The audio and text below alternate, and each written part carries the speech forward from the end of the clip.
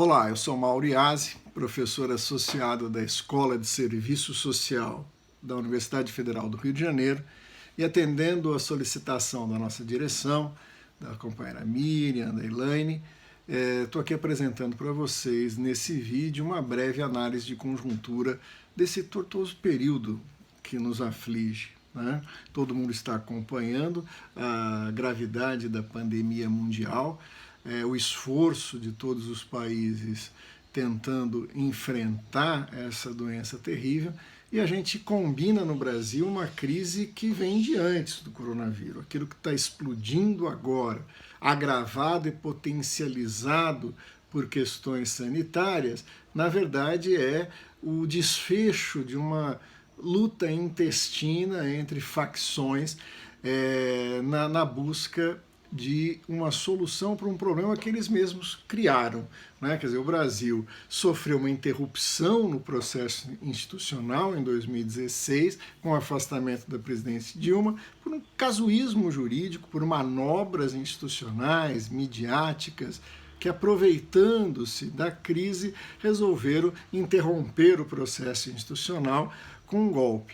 Isso acabou abrindo um período muito tumultuado, onde sempre se esperou que, com o afastamento de Dilma, haveria um acordo entre os segmentos da direita, das classes dominantes brasileiras, potencializando um crescimento econômico e depois voltando à normalidade através das eleições.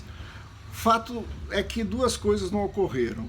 Primeiro, a crise só se aprofunda, porque a sua determinação e suas raízes não estão no jogo político. Né? A raiz da crise é a ordem capitalista, são os conhecidos mecanismos de uma clássica crise estrutural que acomete o modo de produção capitalista já há bastante tempo e que tem idas e vindas de forma mais ou menos aguda, e que está determinado por questões econômicas muito de fundo que não são enfrentáveis, né? Ou, nas palavras de Mesaros, é o exercício de controle de um sócio-metabolismo incontrolável, que é o capital. Ao lado disso, você tem uma crise política, porque as classes dominantes se dividem, né? As frações da classe dominante, que esperavam ganhar muito dinheiro nessa transição, também têm estratégias diferentes para poder enfrentar o período. E tudo começa com o fato que a grande burguesia não conseguiu produzir uma alternativa eleitoral de peso para poder representar essas duas alas de tarefas, né? A tarefa da estabilização política e a tarefa do enfrentamento da crise, ou para criar o conjunto de reformas para garantir a valorização do capital. E é uma equação difícil, porque a burguesia carece de personificações políticas legitimadas para poder falar em nome, seja do conjunto da burguesia, muito menos ainda no conjunto da população. Nesse vácuo, a figura e a liderança do Lula, né, tinha que ser afastada, e foi afastada por também mecanismos jurídicos muito duvidosos, que agora as denúncias do Intercept Brasil tornam claras e evidentes que foram manipuladas para apenas tirar o ex-presidente do jogo. Não é? Isso faz com que uma figura que mistura o caráter perigoso e nefasto com o caráter pitoresco da extrema-direita, com um discurso extremamente perigoso, que ocupa esse espaço e acaba elegendo os presidentes da República. Ora, todo mundo sabia, inclusive a Globo, que festejou no dia do primeiro turno e no segundo turno o Bolsonaro, nas palavras do Merval, esse analista político que deveria ficar em casa, não só pela quarentena, porque anda falando muita bobagem, dizia que era uma novidade política, que ele atuaria por cima dos partidos, dialogando com o Senado, dialogando com novas formas, a chamada nova política. Na verdade, o Bolsonaro, todo mundo sabia, que é uma figura imprevisível, né? Que traz um lado muito obscuro da sua ligação com as milícias, com o fundamentalismo, com o irracionalismo, com o anticientificismo, com tudo que há de pior, copiando o original disso, que é a extrema-direita norte-americana, que se expressa, por exemplo, em Trump.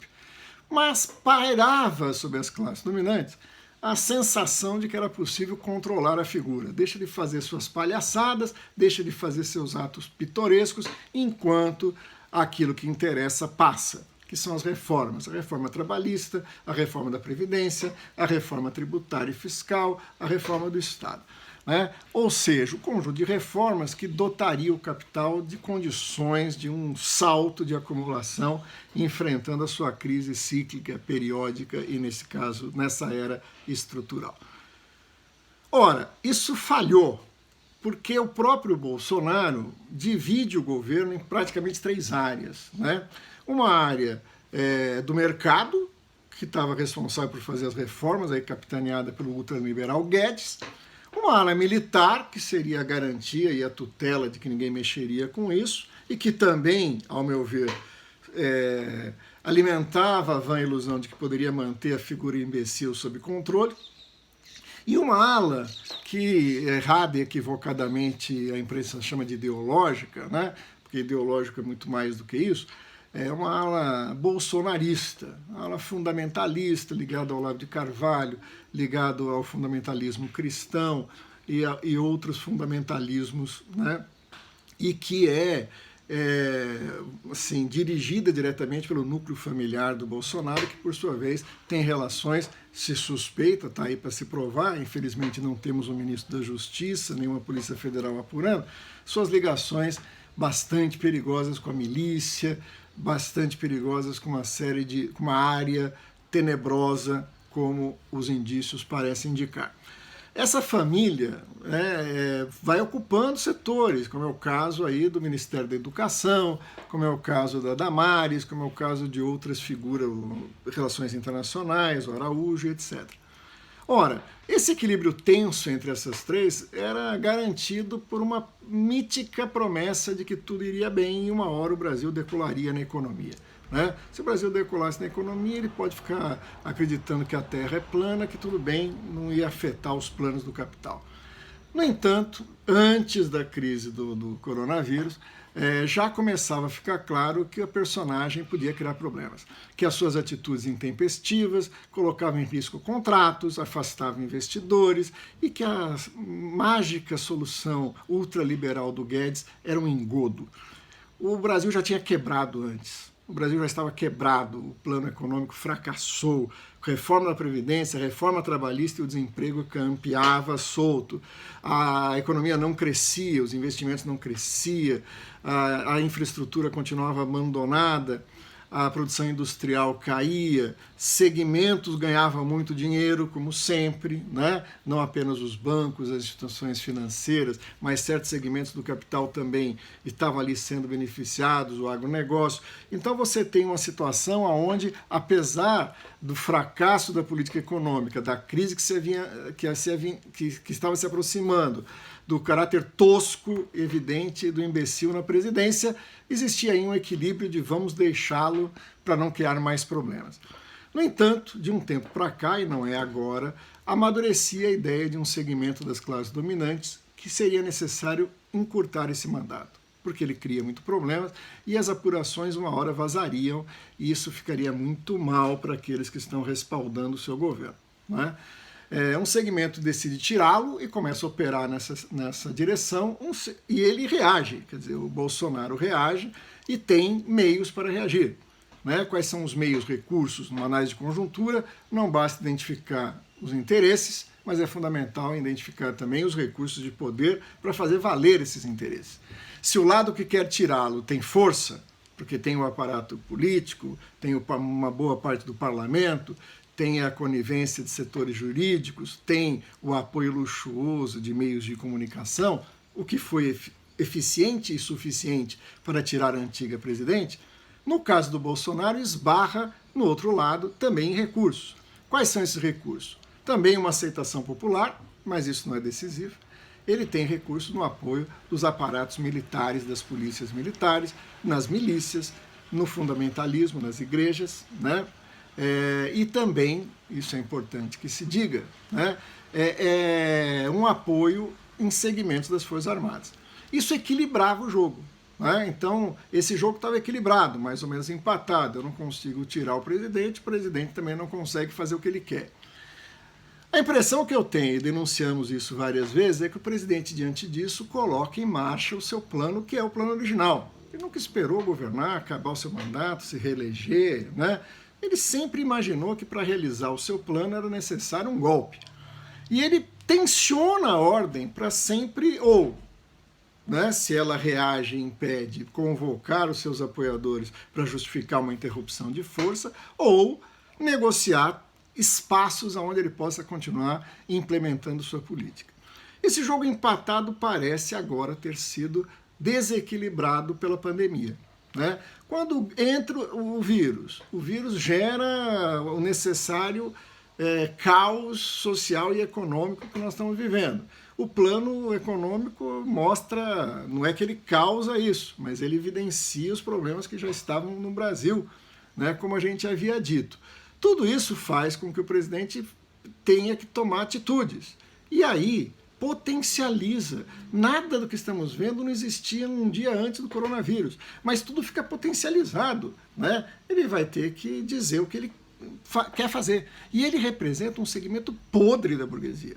Um segmento da burguesia sob o capitalismo dependente que só existe numa área cinzenta entre os negócios e a contravenção, né? Seja essa contravenção e essa ilegalidade e imoralidade respaldado não pela lei, né? Quer dizer, é um capitalismo que a gente evita dizer selvagem, porque todo capitalismo mas é um capitalismo desqualificado, um capitalismo que depende de verba pública, que depende de mamata, né?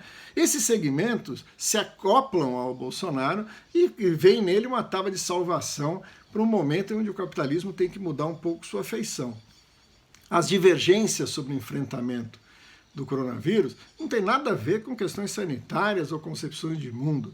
Tem a ver com negócios, tem a ver com o capital naquilo que o dono do Madeiro, que o Justo, que o ex-CEO das girafas, ou que segmentos do mercado financeiro vêm a público. Esses caras são os mais bobos, porque explicitam isso, os mais sofisticados vão lá e negociam a mesma coisa com o Congresso Nacional, fazem do Bolsonaro o porta-voz dessa irracionalidade que estamos vendo. No entanto, né, isso pode ter resolvido a equação da conjuntura. Forma-se, como tem sido anunciado mais recentemente pela Maria Cristina, um bom artigo no Valor Econômico, um certo consenso de que soa a hora de tirar a figura incômoda, né? Por isso que o Bolsonaro radicaliza nas suas atitudes, porque ele sabe que está num jogo de morte, que se ele deixar aquilo que está se tramando contra ele, vai se colocar em movimento, né? O impeachment parece ser um processo muito demorado e custoso, e tem o risco, até pela presença de bolsonaristas no parlamento, de não passar. Cresce a tese de uma renúncia, o que é um impasse, porque ele não é uma figura que renuncia, ele vai reagir. Como a gente disse, ele estava tentando a proposta de impeachment ser apresentada para ele reagir com um golpe. Agora fica difícil para ele operar um golpe nessas condições que estamos vivendo. Cresce então, portanto, uma solução de que ele magicamente renunciaria. Por que uma figura que em princípio não iria renunciar nunca, ia sair atirando, ia sair tentando fazer golpe, aceitaria sair da presidência? Aí são várias as possibilidades. Até que ponto o segmento que quer tirá-lo reuniu provas e material suficiente para chantageá-lo, né? Ou ele sai dali da presidência com uma dor de barriga, com uma doença, ou alegando insanidade, como ele já fez no Exército, ou ele será retirado de lá para ir para a cadeia pela apuração das suas relações com a milícia, pelo assassinato de Marielle, etc. O que nos preocupa são os termos dessa negociação. Quer dizer, vamos anistiar, é o que fala a jornalista do Valor Econômico, que ele aceitaria a renúncia em troca de uma anistia e uma promessa de que não se mexerá com seus filhos. Mas do que eles seriam anistiados? Nós queremos saber, né? Será que nós vamos passar uma borracha nisso e aceitar o Bolsonaro fora, em nome de jogar um pano quente e jogar para debaixo do tapete o que essa família miliciana tem feito nos últimos tempos? Será que é esse o preço para se pagar? Para ter na presidência o Mourão, que continuaria isso, e um parlamento sob o comando e a batuta de Rodrigo Maia implementando as reformas, atacando os direitos dos trabalhadores, dos funcionários públicos? Essa é uma equação que está longe de ser resolvida, né? E só muda de qualidade se os trabalhadores entrarem em cena com muito mais força do que foram capazes até agora, prejudicados nesse momento pelo momento desse cerco sanitário que estamos vivendo. Portanto, pode ser o cenário ideal para a grande burguesia, os setores monopolistas, acertarem uma saída ao seu gosto, sem povo e sem apuração. Vamos torcer que, quando isso passar, a gente ainda tenha um país para poder reconstruir. Um grande abraço.